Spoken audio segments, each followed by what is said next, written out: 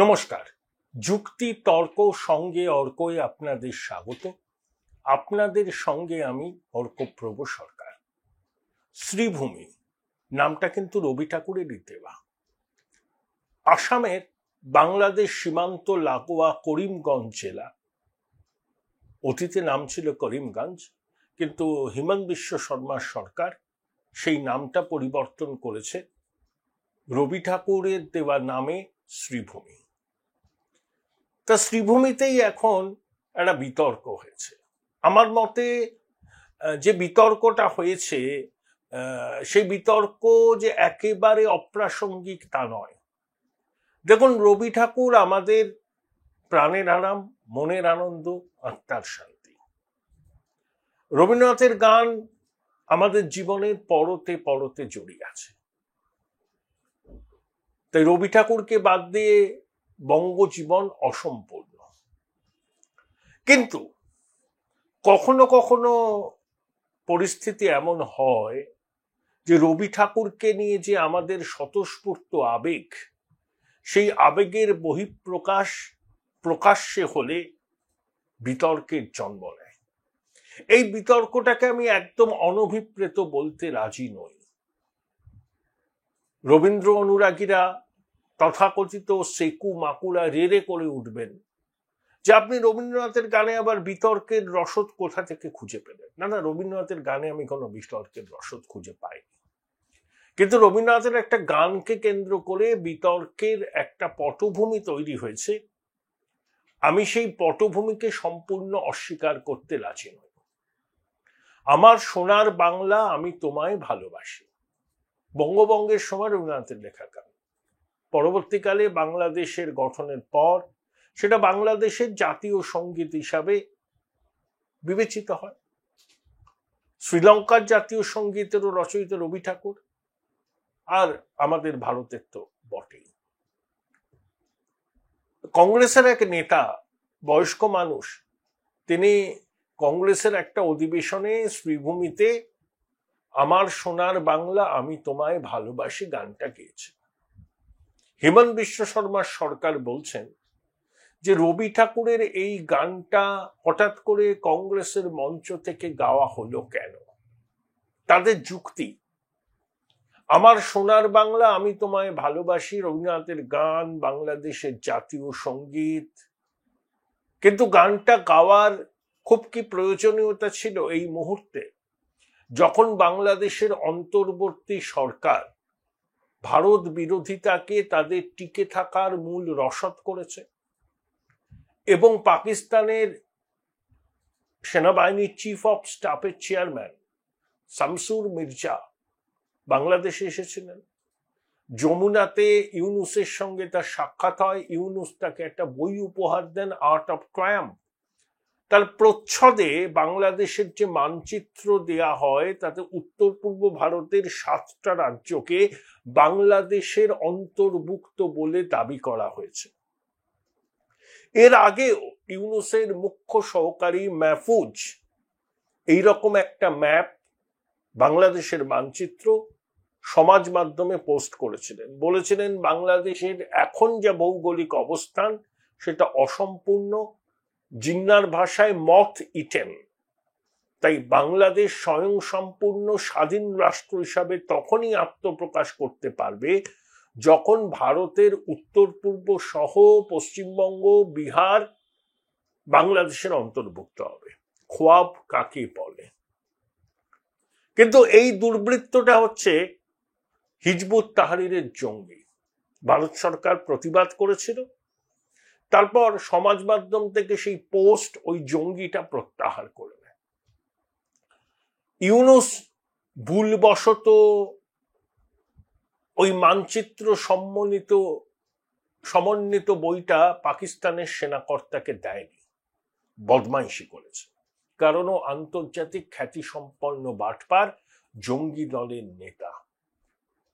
ওর জঙ্গি সহযোগীরা সবসময় ভাবে ভারতকে কিভাবে খণ্ড খণ্ড করা যায়, কিভাবে উত্তর পূর্বে নাশকতা করা যায়। পাকিস্তানের সেনাপ্রধান ফিল্ড মার্শাল আসিম মুনির কি বলেছিলেন যে এবার ভারতকে আক্রমণ করা হবে তার পূর্ব প্রান্ত দিয়ে, মানে বাংলাদেশের মাটিকে ব্যবহার করে। আসিম মনিরের কথা, বাংলাদেশের সেনাকর্তাদের ঘন ঘন ঢাকায় উপস্থিতি, আইএসআই এর সক্রিয়তা, লস্কর-ই তৈবার প্রতিষ্ঠাতা হাফিজ সঈদের ডান হাতের বাংলাদেশে আসা, সেখানে হিন্দুদের বিরুদ্ধে যুদ্ধ করার জন্য বাংলাদেশের যুবকদের ডাক দেওয়া, এই তো প্রেক্ষিত।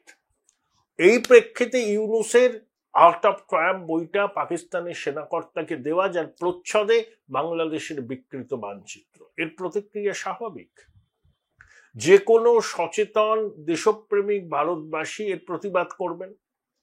সেই প্রেক্ষিতে করিমগঞ্জ, অধুনা শ্রীভূমি, যেটা বাংলাদেশের লাগোয়া, সেখানে কংগ্রেসের এক নেতা কেন বাংলাদেশের জাতীয় সঙ্গীত গাইবেন? রবীন্দ্রনাথের অনেক গান আছে। আজ বাংলাদেশের হৃদয় হতে ওগো মা তোমায় দেখে দেখে আঁখি না ভরে। রবীন্দ্রনাথ যখন এই গানগুলো রচনা করেছেন তখন তো দেশভাগ হয়নি। সেই দেশভাগ হয়নি, রবীন্দ্রনাথ অবিভক্ত বঙ্গদেশের কথা বলেছিল। সেই প্রেক্ষিত তো আজ নেই। বাংলাদেশের সঙ্গে আমাদের সম্পর্কের সোনালী অধ্যায় ছিল, এখন সর্বনিম্ন তলানিতে। সেই প্রেক্ষিতে যখন বাংলাদেশের অন্তর্বর্তী সরকার উত্তর পূর্বে 7টা রাজ্যকে বাংলাদেশের মানচিত্রের মধ্যে জায়গা করে দিচ্ছে এবং তার জন্য কোনো দুঃখ প্রকাশ পর্যন্ত করছে না, তখন কংগ্রেসের এক নেতা কেন বাংলাদেশের জাতীয় সঙ্গীত গাইবেন? এটা রবীন্দ্র প্রেম নয়। রবীন্দ্রনাথের অনেক গান আছে, সেটা গাইতে পারতেন। কোন জায়গায় দাঁড়িয়ে গাইছেন? ঢিল ছোড়া দূরত্বে বাংলাদেশ, যেখানে ভারত বিরোধিতার স্বরকে তুঙ্গে তুলেছে জঙ্গি ইউনূসের অন্তর্বর্তী সরকার। অসম উত্তর পূর্বের ভর কেন্দ্র। তাহলে অসমকে বাংলাদেশের মানচিত্রের মধ্যে ঢুকিয়ে দেওয়া হয়েছে ইউনূসের অন্তর্বর্তী সরকার। সেখানে আসামের একজন কংগ্রেসের নেতা, বয়স্ক নেতা, তিনি কেন ওই গানটা গাইবেন? ইচ্ছা করে গেছে। শ্রীভূমিতে দাঁড়িয়ে আমার সোনার বাংলা আমি তোমায় ভালোবাসি গানটার কি তাৎপর্য আছে? কেন গেয়েছেন? রবীন্দ্রনাথের অন্য গান নেই? সেকু মাকু, পবন খেরা, সিপিএম রেড়ে করে উঠেছে, রবীন্দ্রনাথের অবমাননা করছে বিজেপি। এটা রবীন্দ্রনাথের অবমাননা কোথায় হলো? শ্রীভূমি নামটা তো রবি ঠাকুরের দেওয়া, সেই নামটাই তো দেয়া হয়েছে করিমগঞ্জে। আপনি বাংলাদেশের জাতীয় সঙ্গীতটা গাইছেন কেন? কোন প্রেক্ষিতে দাঁড়িয়ে গাইছেন? এটা মাথায় রাখতে হবে। গেল গেল রব করলে হবে না, প্রেক্ষিত বুঝতে হবে। দেশের সার্বভৌমত্ব, অখণ্ডতা, নিরাপত্তা সব থেকে অগ্রাধিকার। সব ক্ষেত্রে আবেগ দিয়ে তো হয় না। প্রতিবেশী রাষ্ট্র তাদের নতুন মানচিত্রে আমাদের 7 সিস্টারকে অন্তর্ভুক্ত করে দিচ্ছে এবং সেই মানচিত্র সম্বলিত বই দিচ্ছে পাকিস্তানের সেনাকর্তাকে। তাৎপর্য সুদূর প্রসারী, ভারতকে বার্তা দিচ্ছে, হুমকি দিচ্ছে। জসিমউদ্দিন রহমানির মতো আন্তর্জাতিক জঙ্গি বলেছিল না উত্তর পূর্ব আমাদের নিশানায়। এই যখন প্রেক্ষিত, তখন আসামের কংগ্রেসের নেতা কেন এটা করলেন? তার ভুল স্বীকার করা উচিত। রবীন্দ্রনাথকে কোথাও অপমান করা হচ্ছে না। বাঙালি সত্তা রবীন্দ্রনাথ ছাড়া হয় না, সম্পূর্ণ হয় না, এটা সবাই বোঝে। Join Indian Institute of Hotel Management now. Right choice, right decision. রবীন্দ্রনাথের হাজার হাজার গান আছে, সেই গান গাইতে পারতেন। ওই গানটা গাইবার আপনার কি প্রয়োজন? আপনি কি জানেন না যে বাংলাদেশ এখন আমাদের মিত্র রাষ্ট্র নয়? বাংলাদেশের মাটি থেকে জিহাদিরা আস্ফালন করছে, তা সত্ত্বেও আপনি গানটা গাইলেন। এই যে খেলা হবে স্লোগান দেয় আমাদের রাজ্যের শাসক দল, এটা বাংলাদেশের আওয়ামী লীগের নারায়ণগঞ্জের সাংসদ শামীম ওসমান এই শব্দবন্ধটা কয়েন করেছিল। আমি জয় বাংলা বলছি। কেন জয় বাংলা বলবো? জয় পশ্চিমবঙ্গ বলবো। জয় পশ্চিম বাংলা বলবো, জয় বাংলা তো বাংলাদেশের স্লোগান, আওয়ামী লীগের স্লোগান। তাহলে জয় বাংলা বলবো কেন? বলতে যদি হয় জয় পশ্চিম বাংলা, জয় পশ্চিমবঙ্গ। কারুর কারুর স্বপ্ন থাকতে পারে অখণ্ড বাংলা, সেই অখণ্ড বাংলায় কেউ রাজ করার খোয়াব দেখতে পারেন, সেটা হবে না। পশ্চিম বাংলার সৃষ্টি কেন হয়েছিল তার ঐতিহাসিক কারণ আছে। হিন্দু বাঙালিদের মাথা গোঁজার ঠাঁই হচ্ছে পশ্চিম বাংলা। ডক্টর শ্যামাপ্রসাদ মুখোপাধ্যায় তার জনক। শুধু শ্যামাপ্রসাদ বাবু কেন, কে তখন সমর্থন করেন? জ্যোতিবাবু, রতনলাল ব্রাহ্মণ থেকে শুরু করে বিধান রায়, আমাদের হিন্দু মহাসভার নেতারা, সবাই, বিশিষ্ট আইনজীবী, শিল্পপতি, ইনক্লুডিং ঘনশ্যাম দাস বিড়লা। শরৎবাবুর অবিভক্ত বাংলাদেশ তো কখনো ফিজিবল হয়নি, হলে মুশকিল হতো। তাহলে এখানে ডেমোগ্রাফি চেঞ্জ হয়ে যেত। এখানকার ডেমোগ্রাফি এমনিতেই বদল হচ্ছে। 2027 জনগণনার রিপোর্ট প্রকাশের পর দেখবেন এখানে হিন্দু পপুলেশন কমছে। আমরা কি নিজ ভূমে পরবাসী হব? পশ্চিম বাংলা হিন্দু বাঙালির মূলত, কিন্তু সবাই স্বাগত, ভারতীয়রা, দেশপ্রেমিক মুসলমান সবাই স্বাগত, কোনো অসুবিধা নেই। কিন্তু মূলত পশ্চিমবঙ্গের তৈরি হয়েছিল হিন্দু বাঙালির হোমল্যান্ড হিসাবে। সেখানে হিন্দু বাঙালি কোণঠাসা হয়ে যাচ্ছে অনেক জায়গায়। অনেক জায়গায় ডেমোগ্রাফিক এমন ভাবে চেঞ্জ হচ্ছে যেখানে হিন্দুরা সংখ্যা লঘিষ্ঠ হয়ে যাচ্ছে। এই বিষয়গুলো আমাদের মাথায় নেই। রবীন্দ্রনাথকে নিয়ে আবেগ ভালো, রবীন্দ্র চর্চা ভালো, রবীন্দ্রনাথের জীবন বোধকে অনুসরণ করা ভালো, কিন্তু রবীন্দ্রনাথ যে প্রেক্ষিতে গান লিখেছিলেন, যে প্রেক্ষিতে প্রবন্ধ লিখেছিলেন, ইউনিটি অফ ম্যানের কথা বলেছিলেন, রবীন্দ্রনাথের ন্যাশনালিজমের ধারণা আজকের ধারণার সঙ্গে মেলে না। কেউ সেটা বিশ্বাস করতে পারেন, আমি করি না, আমি করি না। যে প্রেক্ষিতে রবীন্দ্রনাথ ওই কথাগুলো বলেছিলেন সেই পটভূমি চেঞ্জ হয়ে গেছে। তা বলে কি রবীন্দ্রনাথকে অসম্মান করা হবে? একদমই না। তিনি আমাদের প্রাণের কবি। আমি বললাম না, ওই উপাসনা গৃহে লেখা আছে, তিনি আমার প্রাণের আরাম, মনের আনন্দ, আত্মার শান্তি। রবীন্দ্রনাথ আমাদের কাছে তাই, আমার কাছে অন্তত তাই। কিন্তু শ্রীভূমিতে দাঁড়িয়ে বাংলাদেশের জাতীয় সঙ্গীত গাওয়ার তো কোনো মানে হয় না।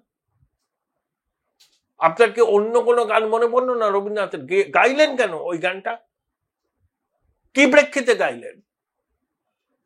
আসামের মাটিতে দাঁড়িয়ে আপনি কেন গাইছেন আমার সোনার বাংলা, আমি তোমায় ভালোবাসি?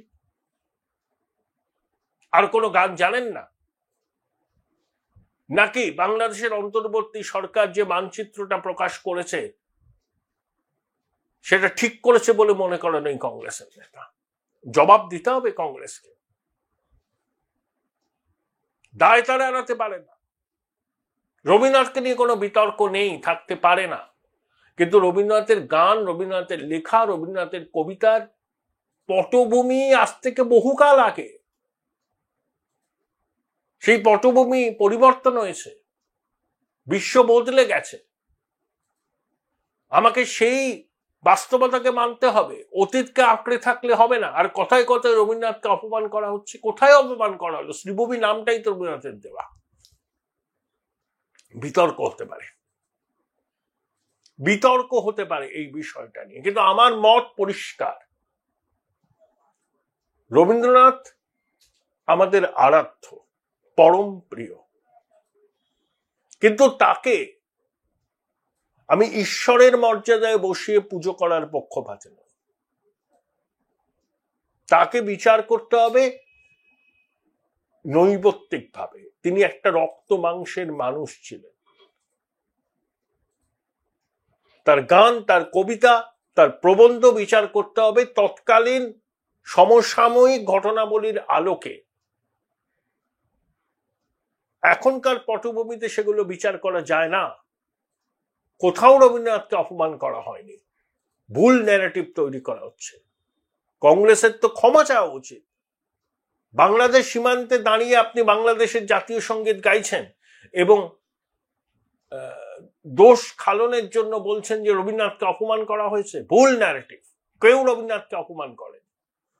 রবীন্দ্রনাথের সহস্র গান আছে, সেটা গাইতে পারতেন, কেন গাইলেন ওইটা? যেখানে বাংলাদেশের অন্তর্বর্তী সরকার কার্যত ভারতের বিরুদ্ধে যুদ্ধ ঘোষণা করেছে। ইতিহাস আপনাদের ক্ষমা করবেন না। আপনাদের কি মতামত কমেন্ট বক্সে লিখে জানান।